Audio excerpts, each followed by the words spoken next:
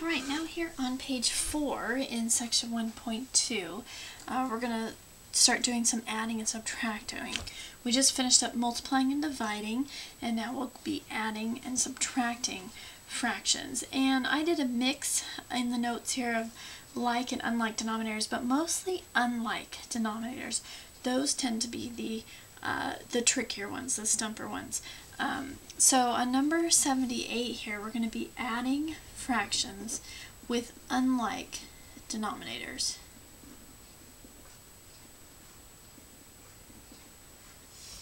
And the deal with adding and subtracting is you have to have matching denominators, because the denominators are talking about how the pie is cut up. This first one is cut into thirds and the second one's cut into fifths. And you can't really add those two together because we're talking about different sizes. When we were multiplying, like 6 times 1/2, you're taking half of that 6. So they don't have to have the same denominator to multiply. So you're just going to go top times top, bottom times bottom. It really doesn't matter. It all shakes out in the end. When you add or subtract, you're creating groups of the same thing. You're trying to talk about how many total you have of something, and so they need to have that same name, that same denomination or denominator.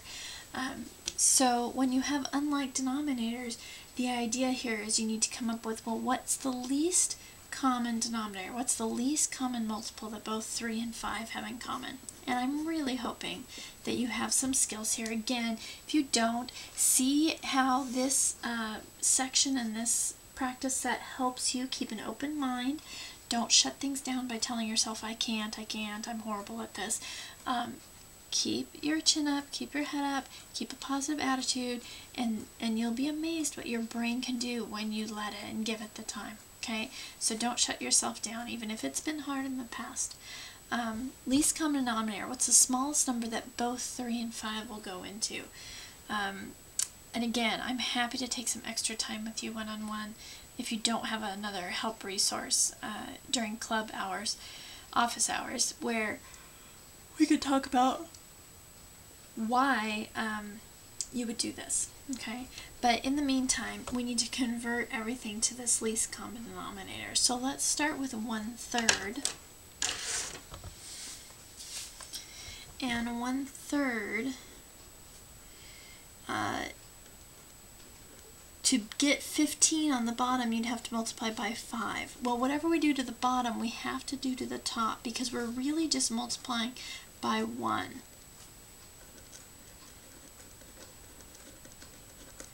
In fact, we're multiplying by a very strategic value of 1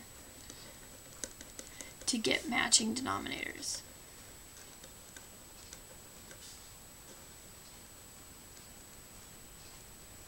Okay, so we multiply by 5/5 because our goal is to get a matching denominator of 15 on the bottom. So now we're multiplying. Top times top is 1 times 5 or 5. Bottom times bottom is 3 times 5, which is 15, which is what we intended that to be. That's the way we set up this problem. The 1/5, to get that least common denominator of 15, it's going to need to be multiplied by 3. 5 times 3 will give you the 15 on the bottom. But what we multiply on the bottom, we're going to need to multiply on the top, so that we're really only multiplying by a value of 1. 3/3 is 1. Multiplying by 1 doesn't change what 1/5 is equal to.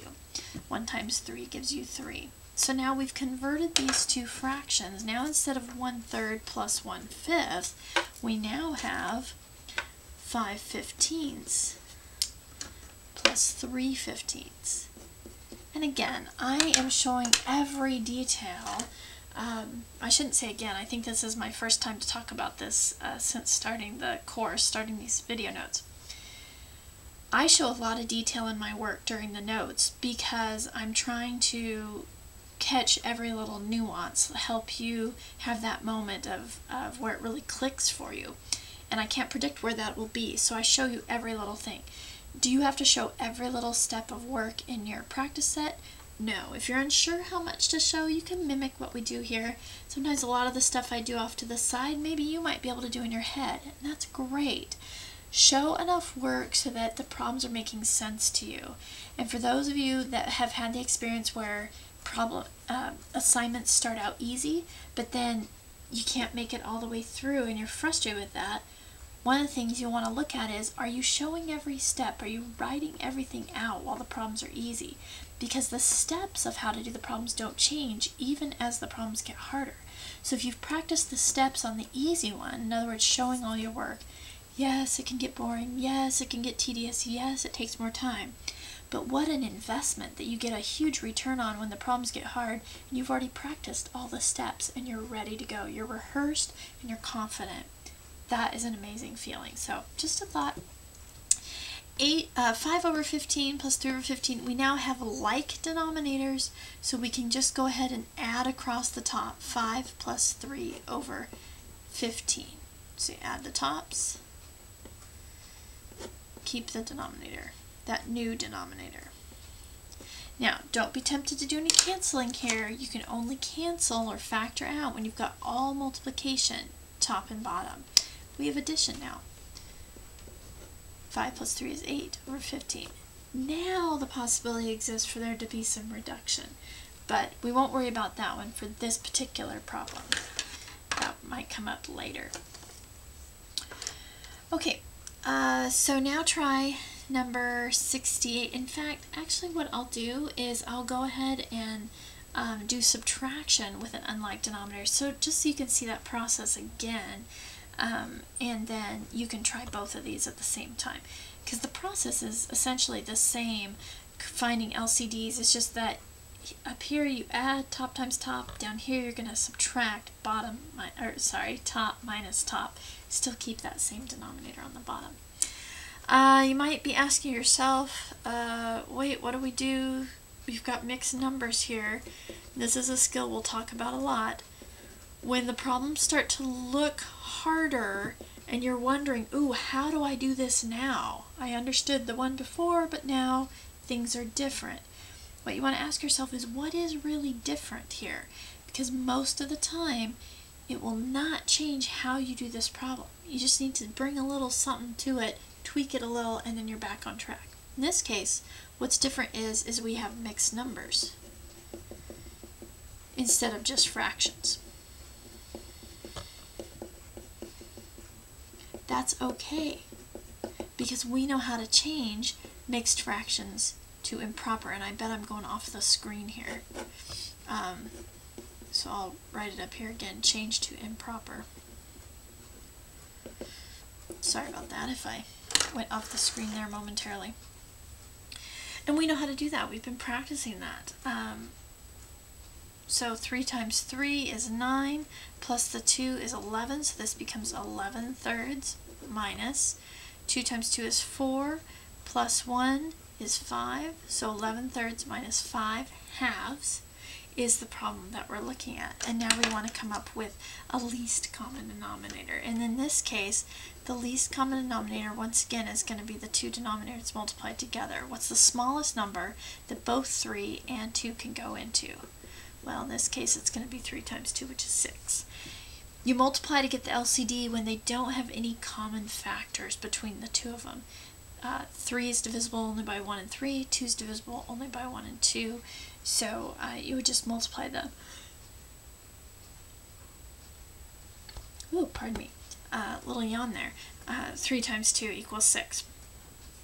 And then we'll need to go ahead and convert those two. So let's see, I'm going to take 11 thirds, I'm just going to use some space up here to do the conversion. 11 thirds, to get 6 on the bottom, we would have to multiply by 2. And again, we've kind of got some clues right here of how we wanted to do that. And so if we multiply bottom times 2, we have to multiply the top, because we really are just multiplying by 1, that strategic value of 1 that gets us the matching denominators without changing the value of the original fraction. So top times top, 11 times 2 is 22, 3 times 2 on the bottom gets you 22 over 6. Now let's convert the 5 halves here. 5 halves, again, to get that denominator, the like denominator of 6. On the bottom, we're going to multiply that 2 times 3. Again, we can get that from the 3 times 2 we originally stated for the least common denominator. And what you multiply in the bottom, you need to multiply in the top because we don't want to change the value of 5/2. We just want to change the look of it so that we can do our subtraction. So 5 times 3 on the top is 15. And now how we can write this as is 11/3 is really 22 over 6 minus 5/2, which is really 15 over 6. And then you go top minus the top, 22 minus 15, the whole thing over 6, because we want to keep that same name of, oh, pardon me, the size that we were talking about. So sorry, I will take a break here after this video and get myself refreshed so I quit yawning. Whew, I need to do some more breathing. Okay, 22 minus 15 is 7 over 6 is our final answer, or if you wanted to write that as 1 1/6. Okay, take a moment and make sure you've copied completely these two watch examples, talk to somebody about it, note any questions so that you can take it to your help resource or bring it to class, then pause the video so you can try 68 and 84. If you haven't had a chance yet to try 68 and 84 on your own, hit the pause button now because here come the answers. 68 should end up giving you 7/13, and 84 should end up giving you 9/18 or 1/2. That one does reduce. And we'll see you at the bottom of page 4.